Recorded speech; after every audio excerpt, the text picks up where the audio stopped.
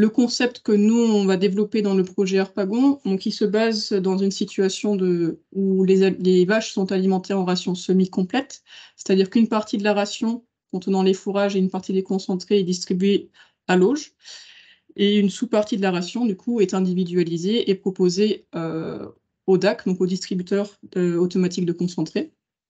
Donc, dans le concept qu'on imagine développer, ou qu'on est en train de développer, il y a différentes parties, différentes étapes. La première étape, ça consiste à restreindre, donc à réduire l'apport en concentré. Donc on baisse de X kg l'apport en concentré de production à toutes les vaches du troupeau pendant quelques semaines. Donc dans le projet, on baisse pendant 3 semaines. Et l'idée, en fait, c'est pendant ces 3 semaines de caractériser comment est-ce que chaque vache du troupeau va réagir à cette baisse de concentré sur la réponse laitière, sur l'ingestion de la ration de base à l'auge et sur les réserves corporelles. À la fin, on fait un bilan pour classer en fait chaque individu, chaque vache. Donc, est-ce qu'elle se classe dans une catégorie, dans une classe où la réponse est une baisse de production laitière, ou dans une classe où la réponse est une augmentation d'ingestion à l'auge pour maintenir le lait, etc. Et donc ça, c'est des choses qui vous ont été présentées lors du 2e webinaire de la série de webinaires.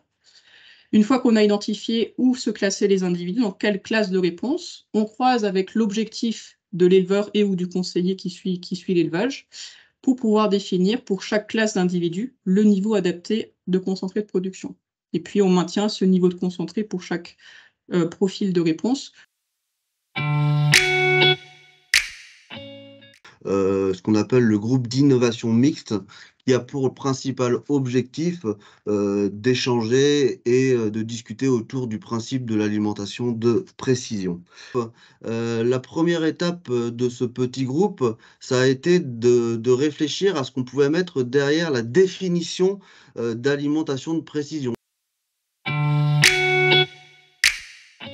Conclusion sur les 2 enquêtes. L'alimentation de précision, elle est perçue comme pertinente pour la grande majorité des enquêtés, que ce soit les éleveurs ou les conseillers.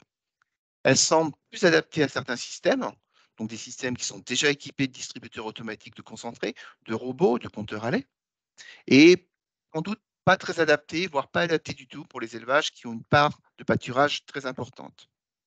Mais pour un certain nombre des enquêtés, elle est perçue comme non applicable à certains systèmes. On revient sur l'histoire du pâturage un petit peu. Elle n'est pas applicable par manque d'équipement sur l'exploitation. Et aussi, et peut-être surtout dans le contexte où on a aussi fait cette enquête, elle est non prioritaire. Qui concerne les résultats sur tous les élevages enquêtés, donc là c'est l'ensemble des élevages, robots et salles de traite mélangées. Donc sur les réponses en termes d'équipement, donc là je n'affiche que les équipements qui ont un rapport de près ou de loin avec l'alimentation.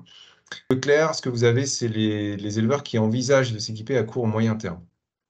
Donc on était à 56% de DAC, 47% de compteurs à lait, 35% de monitoring de l'alimentation. Donc ça, c'est les systèmes de collier qui sont utilisés pour détecter les chaleurs et qui en plus permettent de monitorer le comportement lié à l'alimentation, rumination, ingestion. Des robots de traite, dans notre échantillon, on avait 31%, donc c'est supérieur à la moyenne nationale, probablement. On est autour plutôt de 20% en moyenne nationale, mais voilà, dans notre échantillon, on était à 31%. Vous voyez qu'il y a quand même 20% des répondants qui envisagent de s'équiper à court ou moyen terme. Et après, sur le reste, donc analyse de la composition du lait, 26%, robot repousse forage 14%, stade de pesée seulement 12%.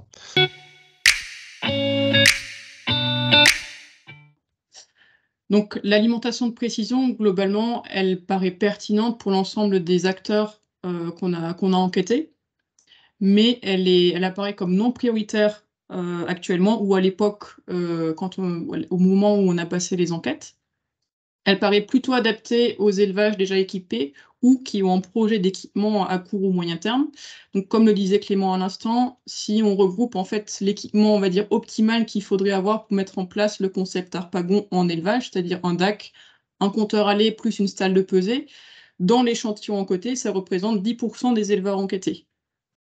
Par contre, si on s'autorise et qu'on se dit qu'il suffit d'avoir un équipement minimal qui est un robot de traite ou DAC plus compteur à lait, Là, on augmente le pourcentage des personnes qui pourraient mettre en place le concept demain, qui remonte du coup à 40% des éleveurs enquêtés. Alors, ce qui est à venir là dans le cadre du projet Harpagon, donc une fois qu'on a à peu près l'idée du concept, comment est-ce qu'on met en place le concept, c'est la question qu'on se pose ou qu'on peut un peu tous se poser, c'est est-ce que l'alimentation de précision, on va dire à la Harpagon, vaut vraiment le coup? Est-ce que le jeu en vaut la chandelle, pardon, d'un point de vue zootechnique, économique et au niveau des émissions de méthane? Et donc, ce qu'on imagine faire, c'est donc mettre en place l'alimentation à la Harpagon en ferme expérimentale, donc la ferme expérimentale des Tiers des Trinotières, sur le premier semestre de l'année prochaine. Et on va comparer cette alimentation-là à des alimentations plus classiques, notamment la ration semi-complète. Et donc, les résultats de cet essai-là, on espère vous les proposer lors du webinaire 4 qui se déroulera sans doute à l'automne l'année prochaine.